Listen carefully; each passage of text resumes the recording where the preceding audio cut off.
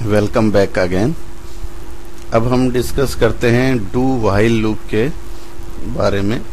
तो do while loop आप लोगों का प्रोग्राम हम वही है जो हम पहले व्हाइल और फॉर लूप के साथ कर चुके हैं। अब यही प्रोग्राम हम करेंगे with the help of do while loop. तो सबसे पहले हम डिस्कस करते हैं डू व्हाइल लूप का स्ट्रक्चर क्या है।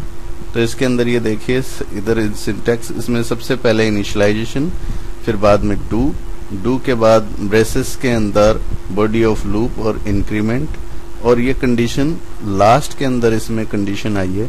इसमें ये ध्यान रखने वाली बात है कि व्हाइल लूप के अंदर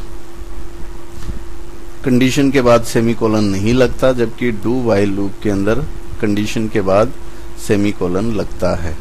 तो इसके अंदर ये देखिए, सबसे पहले स्टार्ट इनिशियलाइजेशन, फिर इनिशियलाइजेशन के बाद बॉडी ऑफ लूप, फिर उसके बाद इंक्रीमेंट, बाद में कंडीशन। अगर कंडीशन ट्रू होती है तो वापस आएगा और इन स्टेटमेंट्स को फिर इस तरह से ये रिपीट करता रहेगा। जब कंडीशन फॉल्स होगी तो बाहर निकल जाएगा।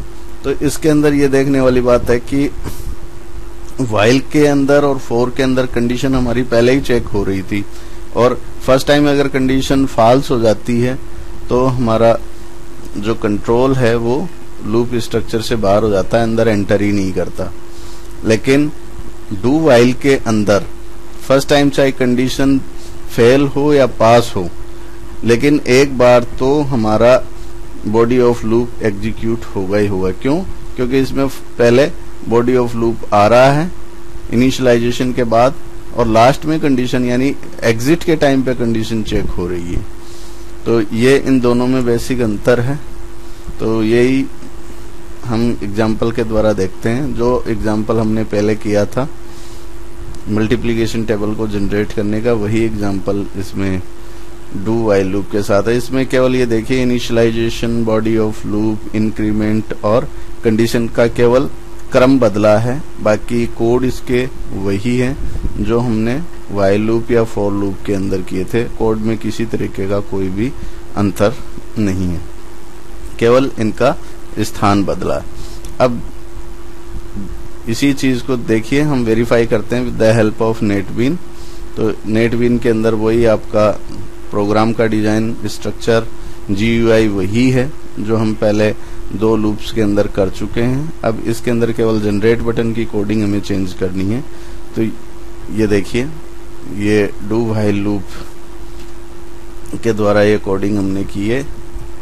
तो ये आप देख लीजिए, ये पूरा का पूरा डू व्हाइल के द्वारा, इसमें i इज इक्वल टू 1, फिर डू, फिर t is equal to n into I, फिर जेटेक्स फील्ड एरिया के अंदर अपेंड कर दिया हमने t को, और न्यू लाइन कर दिया, फिर ये इंक्रीमेंट, और लास्ट के अंदर ये कंडीशन। अब ये देखिए, जे एक्शन परफॉर्म्ड 2 बटन है, इसके क्लियर के लिए वही कोडिंग है। फिर उसके बाद एग्जिट बटन की भी इसमें वही कोडिंग है, केवल कोडिंग हमने ये चेंज की है जो कि आपका डू व्हाइल है, केवल ये कोडिंग हमने चेंज की है इसकी। ठीक है, तो इस तरीके से आप देखते हैं कि हमने डू व्हाइल के द्वारा किस तरह से इसको चलाया है। तो अब देखते हैं कि ये वही काम करता है कि नहीं करता। सबसे पहले इसको सेव कर लीजिए, सेव करने के बाद इसको रन कर लीजिए। अब इसमें किसी भी नंबर, जैसे 26 नंबर की टेबल जनरेट करके देखते हैं, ये हो गया।